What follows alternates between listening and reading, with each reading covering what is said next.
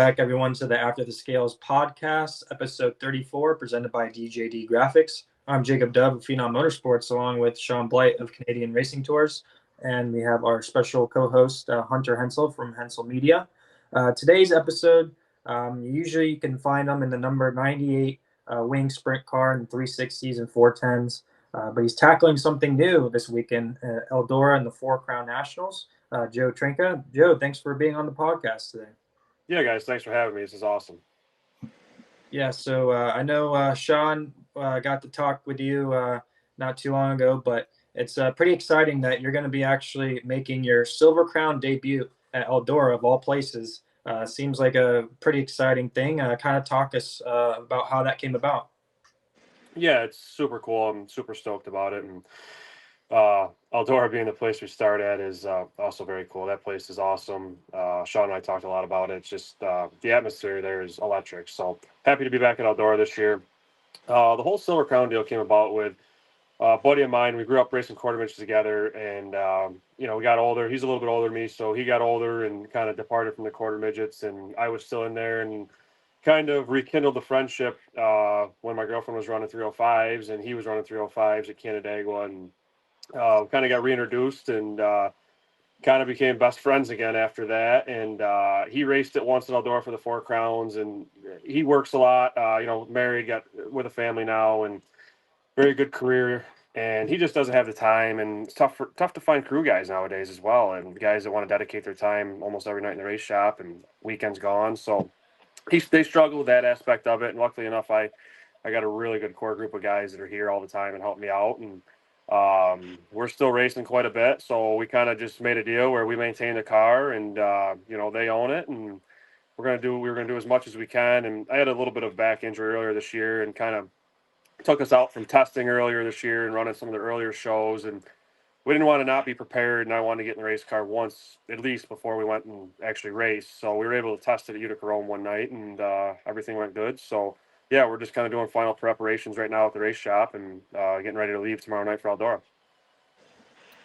Joe, is there anyone you've been able to reach out to with some Silver Crown experience, maybe give you any pointers or anything like that? Or are you just kind of flying blind and learning on the fly?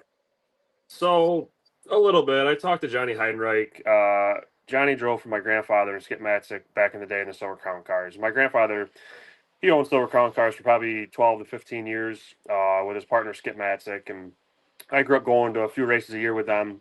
So I've always loved the cars, but not a ton. Like I said, with Tom and Eric owning the car, and them kind of being new to the series as well, we don't have a big notebook by any means. I know they got one from the car owner that they bought the car off of, but that I feel like sharing notebooks like that only goes so far. It's more of a driver's feel and what the driver wants to feel. So not really.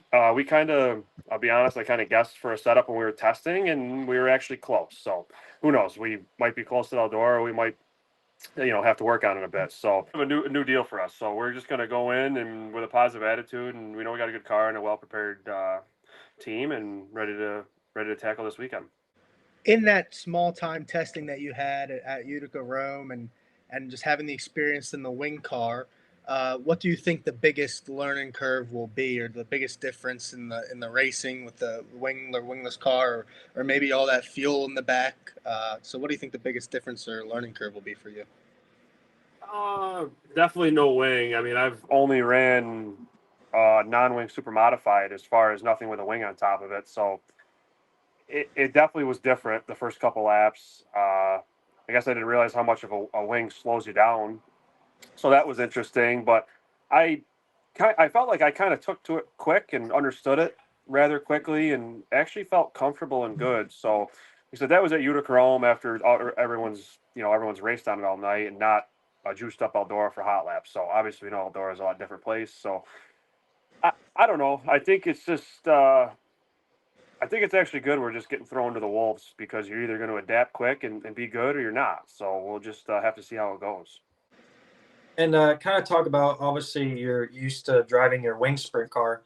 Talk to our viewers about how your season is going with that. And I know you kind of mentioned about Kelly, your girlfriend, how cool that is, having, someone in your life that's also racing as well, and kind of feeding back off of each other about, going to the races and supporting each other. Yeah, that aspect of it's super cool. And luckily, she grew up in a racing family as well. And my grandfather actually used to sponsor her dad, and that's kind of how we met. And he's pretty much built all of our haulers over the years at Cobra Coaches. So that's cool.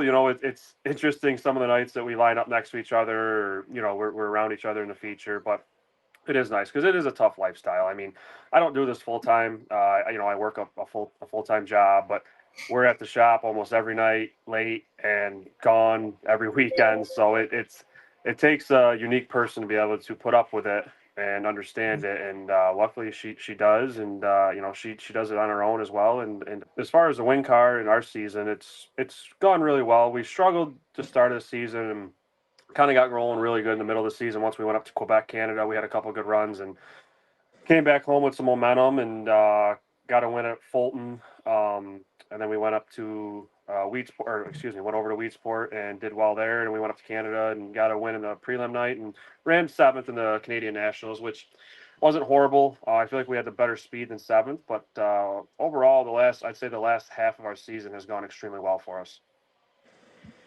Yeah, I wanted to ask you about the Canadian Nationals because we just did our preview for that show for that race last week. Jacob and I did, and you had a lot of speed the first night, like right from the time you unloaded. You mentioned you won the first of the twin features, and the track really slicked off Saturday night, I thought, and wasn't a whole ton of passing up through up near the front, it seemed like, but. Talk about that race in general, how big it is. Like there was a lot of Americans that came up for it, including yourself, and just talk about your weekend in general with that race.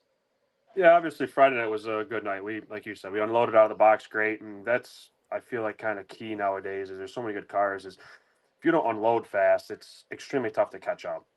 So we were good that we went there for the Summer Nationals and primarily to get some seat time for the Canadian Nationals and try to build a notebook. And we ran good at the Summer Nationals and kind of built a notebook. So we were excited to get back up there. And yeah, Friday went good. We hot lap good time or heat raced really well and had some good passing points from 7th to 3rd in the heat race. And then was able to win that 15 lap prelim feature. And we were really good in that. And I think that, kind of set the bar for us for Saturday night. And Saturday night went well. I would say up into the feature, and that even wasn't horrible. It's just not what we were looking for. We were expecting a minimum of a top 5, and we just didn't reach that goal. But it's a tough race, 35 laps. I mean, it's not a super long race, but it's still longer than what we're used to, and a lot of cautions. You're in the car for a long time, and a lot of double file restarts. So a lot of making sure you make the right option on the choose cone and all that stuff. It's super important, and it's a great event. Glenn Stiers and his team there, I mean, they built a beautiful facility and love going up there. It's not too far for us and wish we could get up there more. But I certainly appreciate Glenn and the whole staff there who put on these big money races for us. And I remember as a kid, when I was 14, 15, 16, started racing sprint cars, and we'd go up there, there'd be 75, almost 80 cars. And I just think some of the other touring series, have some big races as well in the Midwest, and it's kind of pulled away some of those bigger names. But we still, 50 cars isn't horrible, and I'd like to see the event get a little bit bigger and, maybe bump the purse up. I know they try to every year, and I think it's an event to be around for a long time and just kind of keep growing and growing. A little bit of background, Joe. Hunter's in Pennsylvania, Jacob's in Florida, and for someone like me in Southern Ontario, or if you're in New York State, the TRENCA, Moochie, even the Hebing name with your girlfriend Kelly are pretty synonymous with racing up in this part of the world.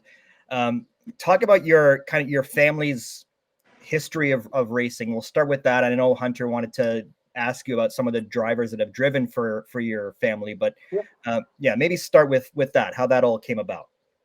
Yeah, so my grandfather's, I believe this is his 66th year of owning race cars.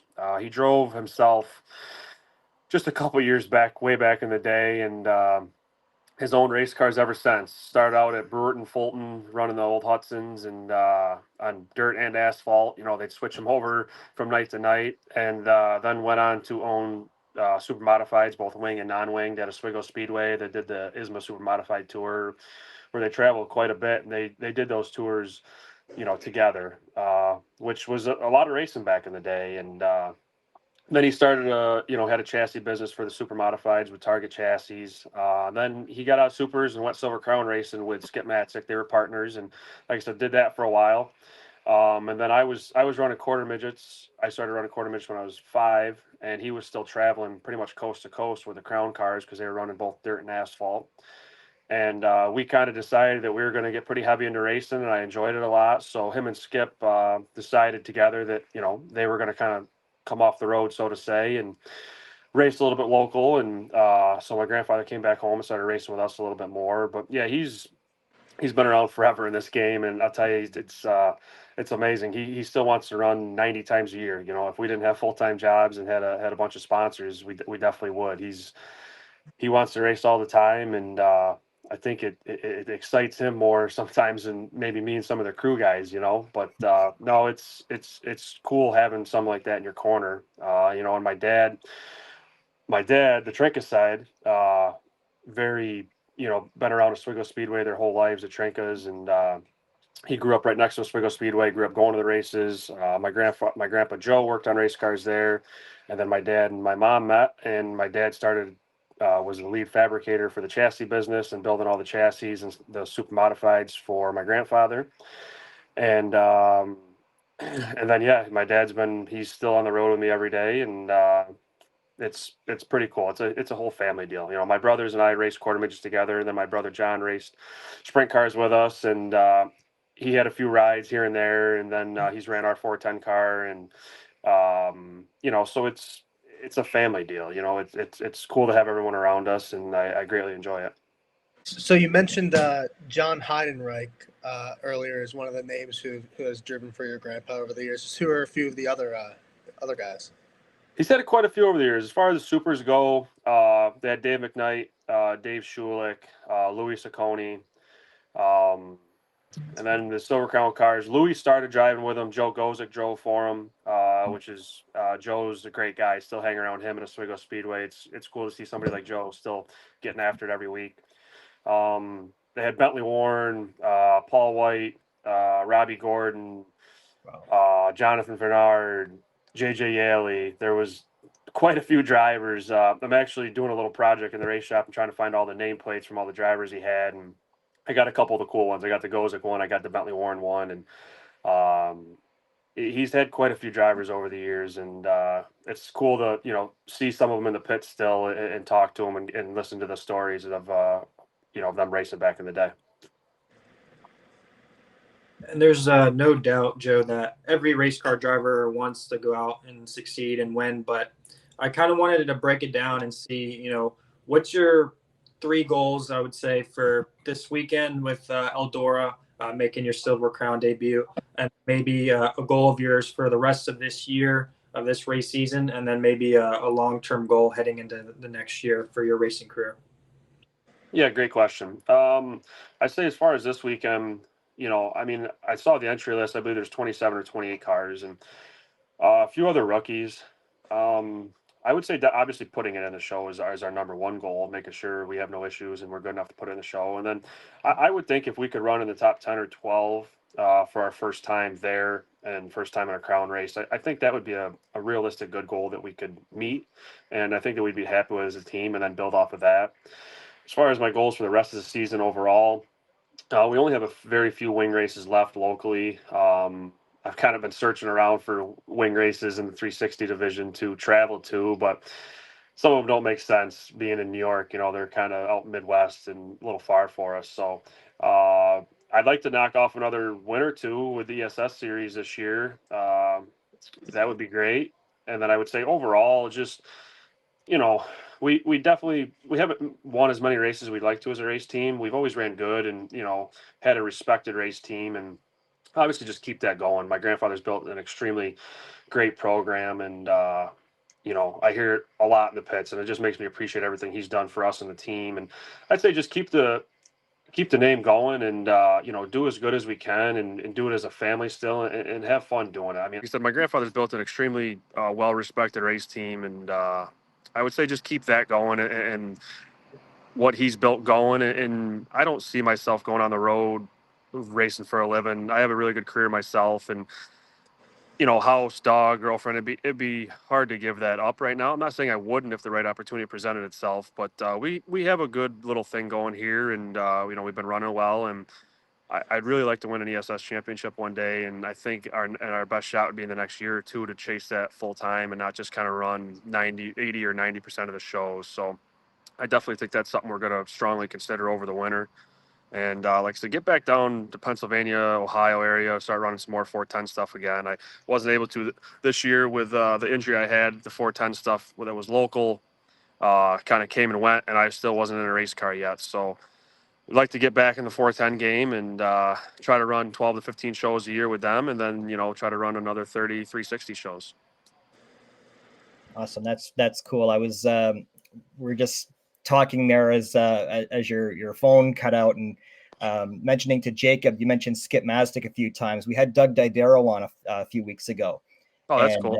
Yeah, so we were talking about his glory years at Oswego Speedway with 3 straight track championships and a classic win, and driving for Skip in that red number 3, which is synonymous with Doug Didero. So I don't know if you have any good Skip Mastic stories with him and your grandfather. Obviously, there's a pretty close relationship there. Yeah, definitely. So like I said, I used to go call it on the road with my grandfather when I was younger. In between quarter midget races, we'd always go to Stafford, I believe it was, and with the asphalt cars, and then we'd come back home to Syracuse, grab the dirt cars, and head out to. They had a shop in Indiana right next to JJ Yaley's dad, Cactus Jack, and so we'd go there to go. Then we would be heading to Springfield, the mile. So I'd always used to ride their golf cart around, and Skip used to get all mad because I'd burn all the fuel out of it, and it was funny. I was just 8-year-old kid ripping it around, and Fred was worried that Skip was worried we weren't going to have any fuel left in it once we got to the racetrack. So no, traveling with Skip was cool, and still to this day he helps us out with Seals It, and everything they manufacture, we run all their parts, and he was a great partner of my grandfather's, and still is a great friend. Well, we really appreciate our time with Joe. I know Shaun's got including things for Joe here to end off episode 34. So, Shaun, take it away. Yeah, Joe, we always end every episode with our rapid fire segment. So we've got 10 questions here brought to you by DJD Gear. You just come up with the first thing that comes to mind, and we like to have some fun with this stuff. So, Okay. So you race in Canada quite a bit. What's the best thing about racing in Canada? Poutine. Canadian beer or American beer? Canadian, because usually that means they brought it for us. What's your biggest win so far? Outlaw Nationals at the Outlaw Speedway in 2019. And who gave you the nickname Salt City Outlaw? That was the nickname when I was real young. I don't even have it on my T-shirts anymore. I don't really remember, to be honest with you. There might have been an announcer back in the day. I don't even know if they still use it. Maybe the announcers in ESS still does. I'm not sure. All right, so you're from Liverpool, New York. What's the best bar in Liverpool? Duskies. Oh, I was going to say the Retreat. I ended up there a couple times, and That's a great spot as well. What's a track you haven't raced at yet that you really want to race at? Oswego, but with dirt on it. Okay. And what's a type of race car that you haven't raced yet that you really want to try? Wheel and modifieds. I think they're the most bad to the bone cars on the planet. The way they look, and they're super cool cars. I'd love to get in one. What's your pet peeve while driving your street car? People not paying attention. All right. And what's your favorite band or artist right now? Sammy Hagar. All right. Last one. Now answer this carefully because I don't want to get you in trouble. But is there anyone that you wouldn't throw a dirty, nasty slide job on the last corner, the last lap to win a race? Anybody that I wouldn't? Yeah. I'd say no. I mean, I would do my best not to wreck them. I put it that way. I'm sure if it was on Kelly, it would be a very awkward couple nights of dinner. But That's a tough question. That's a tough question. I like that. I'm sure I she would say probably not. I would put it to you this way. No, but I would be a little bit more careful with her. right. And I'm sure she would forgive you if you won. Absolutely. All right, man. Well, good luck this weekend. Hunter and I are going to see you at the track. And best of luck with the rest of the ESS season. I might get to Fulton in a couple of weeks. We'll see how that goes. But yeah, be good to see you this weekend, and best of luck with your Silver Crown debut. We're looking forward to watching you. All right, guys. Thank you for having me on. This was awesome. Appreciate it. After the Scales is proudly presented by DJD Graphics. From commercial and personal vehicles to racing bikes and cars of all makes, models, and disciplines, DJD Graphics can fully customize your vehicle to suit your needs. For more information, contact Darren and visit his website at www.djdgraphics.com. Tell him Shaun and Jacob sent you to receive special rates.